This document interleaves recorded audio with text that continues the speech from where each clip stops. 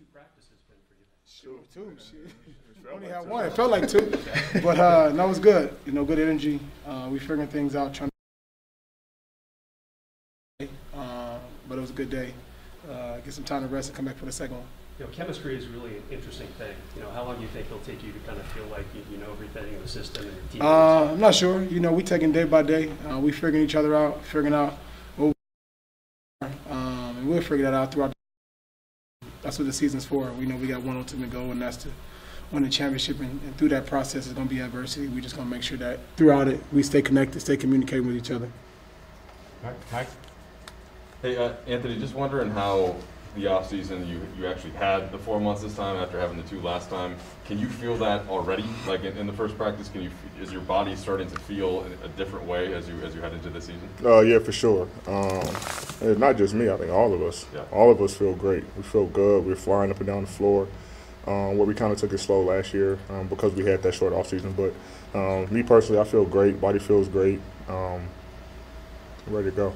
And then Russ, just to kind of follow up on that, all the ideas that you had, right, about this team and talking to AD, talking to LeBron, once you actually get on the floor in the team concept, like how much of what you thought might be out there are you seeing in that? I see a lot more now. A lot more things that we can do with each other and just, you know, so many different options. And, man, we're going to figure it out. I just can't wait to get on the floor when the season starts, you know, with these guys and just have fun. You know, ultimately that's the ultimate goal when you play this game. A lot of times people get caught up in all the hoopla and everything else and forget to have fun. And the ultimate goal is to have fun with each other, create a brotherhood, and win a championship.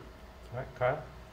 Russ, yesterday Rondo said that when you guys are on the floor, you guys want to destroy each other. How do you see that competitive level manifest in this practice throughout the whole roster, not just you two? And I think it's good, man. We got a bunch of guys in this league that's been competing for a long time, and it's the reason why a lot of these guys are Hall of Famers. And competing and having a competitive spirit is a part of our practice, part of our DNA. It's going to be a part of our team and our mindset and pushing each other each and every day.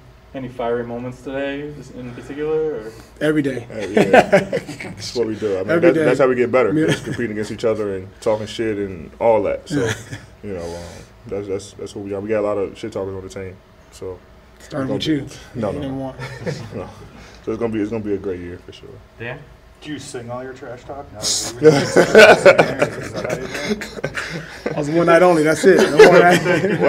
One night only. When I retire, I might go on tour, but no. What do you think? That wasn't my real question.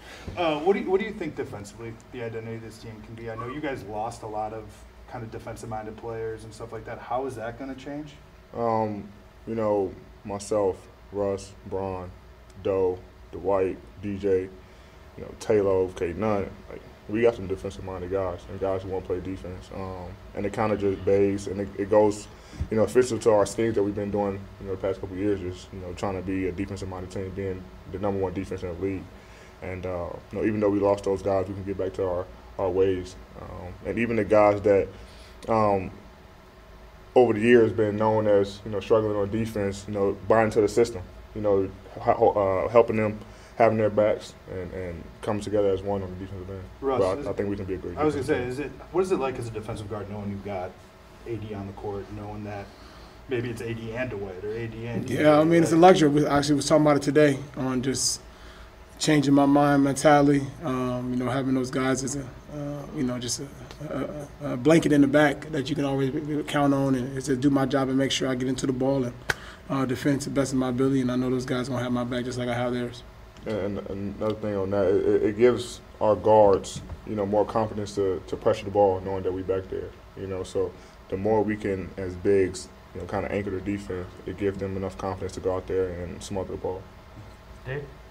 Russ, do you prefer Russ or Russell? Russ is cool. Russell. Yeah. Okay, so you played with one of the best. Russell? Russ or Russell? Oh. They said, have you heard of Russell? No. Never heard of that. Trying to stab. No, I didn't know who that was. So you don't like Anthony? We don't call you Yeah, I Tony. don't like Anthony. Yeah, we don't call you Tony. No, don't call me that. All right. So, Russ, you played with one of the best 7-footers of all time, Kevin Durant. What type of 7-footer is Well, I'm not 7 foot, so I don't know. Big man. Yeah, I mean, just the thought of like getting to play. yeah, I mean, you know, AD is a special talent, and you know, obviously, the whole world knows it, and You know, the league knows it. One of a kind. There's nobody like him that can do everything that he's able to do at his size. And my job is to make sure I continue to push him each day, each practice, each game, so he can be at the top of his game each and every night. You know, he's been in this league a long time, so he understands how to play the game. He knows when he needs to turn up, and I know now he wants to turn up. So it's my job to make sure that that's up every single night. And AD, how do you take it from a teammate like Russ or Rajon when he was here? We talked about that too. Like him, someone who kind of is trying to encourage you, push you. How do you receive that from teammates? I mean, it's good. You know, I like teammates who's going to push me. The encouraging, I don't need to be encouraged. I want to be pushed. You know what I'm saying? Like I want guys to, tell me when I'm messing up.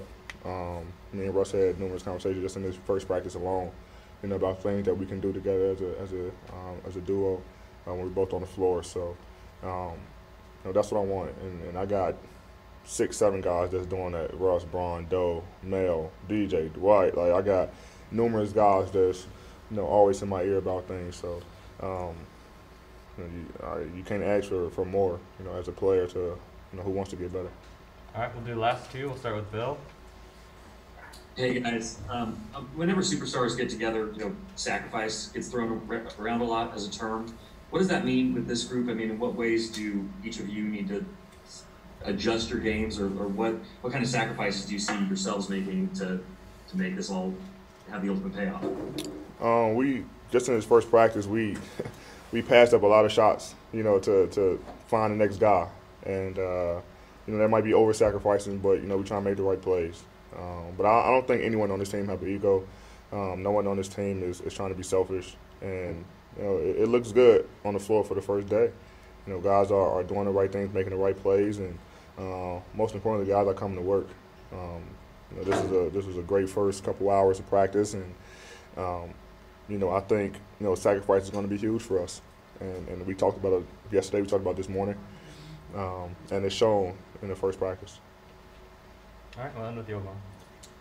Hey Russ, you've had a lot of success in the pick and roll in your career, but doing so without playing with an all-star center. Now that you're playing with AD, what type of weapon is that for you in the pick and roll, and just kind of the chemistry that you guys have had? It's the ultimate weapon. You got the ultimate weapon.